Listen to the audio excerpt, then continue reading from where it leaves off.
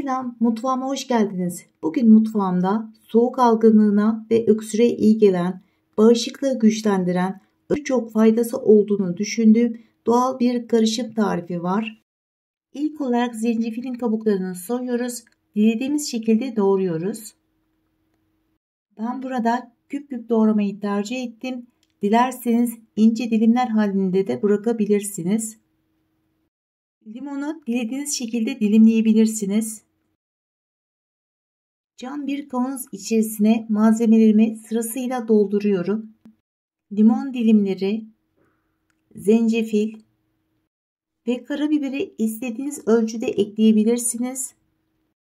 Ben malzemeleri kavanozun içerisine kat kat bu şekilde dolduruyorum. Çubuk tarçınlarımı yerleştiriyorum. Kavanozdaki malzemelerin üzeri geçecek şekilde bal ekliyorum.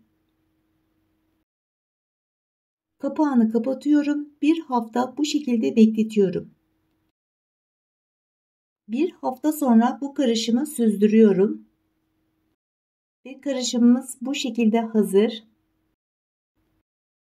Ve ayrıca balgamın çıkmadığı, gıcıkla gelen kuru öksürüğe en iyi gelen zencefil, bal, limon çayıdır. Böyle durumda ben sıcak suyun içerisine bir tatlı kaşığı bu doğal karışım baldan ekliyorum. Bir dilim limon ekleyerek karıştırıp çay olarak içiyorum. Soğuk havalar yaklaşırken tedbir amaçlı doğal bir karışım yapmak isterseniz bu karışımı tavsiye ederim. Evet arkadaşlar, bir tarifin daha sonuna geldik. Tarifimle ilgili sormak istediğiniz herhangi bir soru varsa yorum bölümünden yazabilirsiniz. Malzemeleri açıklama kısmına yazdım. Oradan da bakabilirsiniz.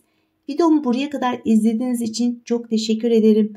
Eğer ki videomu beğendiyseniz beğenmeyi, kanalıma abone değilseniz abone olmayı unutmayın lütfen.